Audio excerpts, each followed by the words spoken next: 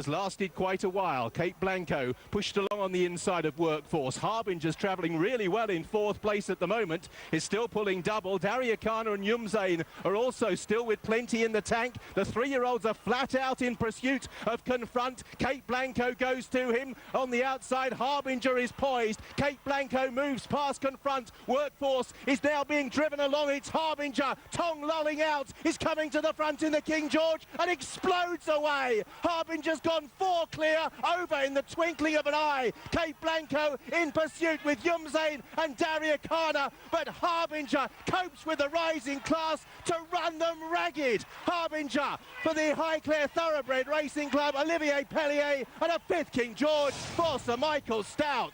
He was formidably impressive, you know, and he just travelled so well. He was just cantering, and when he let him go, he took off. Yes, it was a superb performance. It must have been interesting for you to watch it. For obviously, you know, you had the Derby winner there, who in the end has obviously performed below his capabilities. It must have been interesting for you watching it with mixed feelings. Watching your other fella go out there and just romping home, and then watching Workforce labouring. Sure, yes, he was a little disappointing, but he'll bounce back. He's a young horse. It was his 4th race. He just didn't switch off today, and he was just doing a little bit too much when he came out of the gate and went down Swindley Bottom. And but he'll grow up and get tougher. We can't write him off on that one run today, can we? No, I wouldn't do that. You know he's better than that. I think we all know he's better than that. You saw him at Epsom. But the performance of winning at King George by 11 lengths like that against proven Group 1 horses like Yumzane and Daryakana, and indeed the runner-up Cape Blanco. I mean, have you seen a performance like that in a race of this nature in your career, Michael? Well, you know, I didn't see Rebo, but apparently he won very easily. Did you think that? Were you there? On the black and white films and Seabird and all that sort of stuff. Yeah. You must be delighted with that. Yes, sure. What's been the key to getting him to raise his game to that sort of level? I mean, last year he looked like being a nice horse and there were problems with him. Things went wrong because he was developing into a nice horse. You know, he won his maiden at Chester, having been on a lucky second in the Wood Ditton, and then he won the Gordon Stakes impressively, and then he had a little bit of a blip. But he's got a great mind, that horse, you know. So he really helps you to develop him. He's very good mentally. Well, one of the great horses, and we probably witnessed one of the great performances at the weekend there with Harbinger. All eyes will be on him when he next appears. It looks likely, doesn't it, that he'll be now guided towards the Prix de l'Arc de Triomphe in Paris in early October. Well, what about the owners? Of course, there's a syndicate of owners who own Harbinger, 12 of them involved, but the manager of that syndicate is a man called Harry Herbert, and Harry was very emotional immediately afterwards, but by the time he spoke to us, he'd calmed down a little. You see, the voice has gone, everything's gone. I'm a blubbering wreck, or I was a blubbering wreck. I managed to regroup.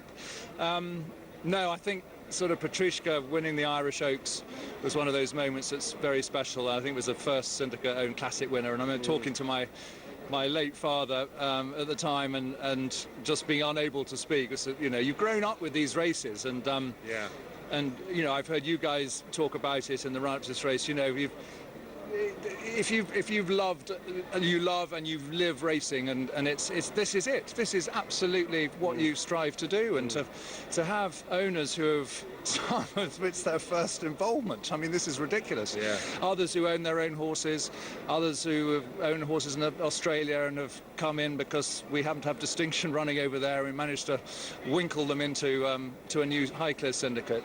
You know, it's fantastic, Mike, and it's a, you know, very special moment. It's hard to put it all into words, really. Well, what we now know is in just less than 2 hours after the race, Harry, you've joined the all-time greats here with this horse, no doubt about that. The 50th running of the King George. What a way to win a 50th King George like that. It was incredible. I've only just seen the replay of it for the first time, because I haven't been capable of doing anything other than sort of trying to put one word in front of the other. But I couldn't believe it. I was shaking my head watching it there, because you know, the horse has won so easily, and he's travelled so well, and he's never been asked a question. One slap, and which he did here at the Harbour, just flashed his tail briefly, and then hands and heels. So, you know, he's an awesome horse. Well, he's certainly that, the 11th length winner of the King George, Harbinger. What a magnificent performance that was.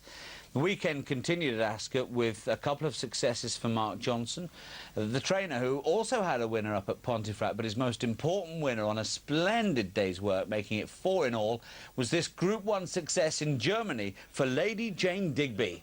Noble Alpha and Norderney yet to pounce. They turn for home in the 2010 Grosser Dalmare Prize. White Lightning yet to be headed. Push coming to shove on Carrari and Lady Jane Digby. Here comes Frankie just squeezing at Alexandros in fourth. On the outside, Scolari tries to make some ground. Look out for Linkai, the light colours. On the inside, Noble Alpha and Norderney's been last throughout. Lady Jane Digby hits the front inside the through marker. Alexandros coming to pounce. On the inside is Knight's Magic. Linkai, Scolari look beat, but it's Lady Jane Digby for Greg Fairley and Mark Johnson. They're going to get the Group 1. Kirsten Rousing, take a bow.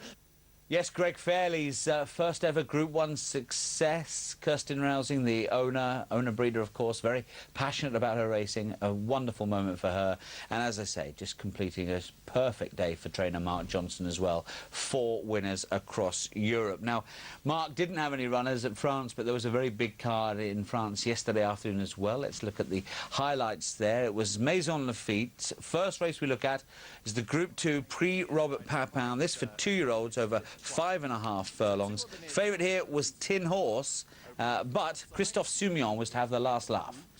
Tin Horse stuck on the wide outside, Irish Field and Whiz Kid just behind those. And the lead overall is with Brooks for Olivier Pellier, shows by a length. Irish Field, the light blue sleeves. Tin Horse on the wide outside. Approve is falling backwards, and it's Brooks who has the advantage. Irish Field tries to challenge. Whiz Kid just behind these, but it appears to be between Irish Field and Brooks, and it's Irish Field and Christophe Soumillon who's gone to the front. Approve is fighting back near side, but Irish Field wins it. Quadrille is now asked to quicken up next to these two. Extension comes under pressure on the near side.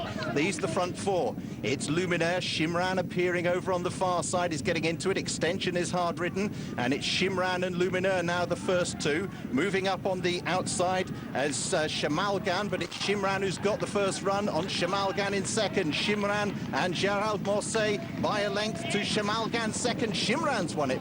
So that was the Prix Eugene Adam there. Shimraan winning for Gerard Morset. Gerard had been over at Ascot at the weekend, out of luck there. But too strong here for Shamalgan.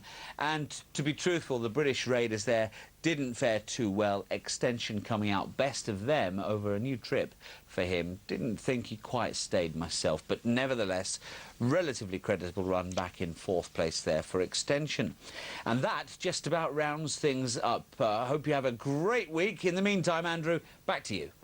Thanks, John. Well, unfortunately, Harbinger suffered a career-ending injury shortly after the King George, so we never really got to find out, despite that demolition of a high-class field, how good he really was. But Workforce, also trained by Sir Michael Stout, did press on to the arc to take on what was a high-class international field. That's what we'll leave you with today. Thanks for watching. We'll see you next time. We go racing around the world. But now Nakayama Festa has come through on Workforce. Ryan Moore with a pink cap has come to challenge. It's Nakayama Festa on the outside of Workforce. Salafine is into 3rd place. Workforce, Michael Stout looking for his last victory. He's narrowly in front. Nakayama Festa is fighting back at him as they race towards the line. Workforce, Ryan Moore's going to do it for Michael Stout. He's won the arc. The Nakayama Festa, Salafine, back about fame and glory.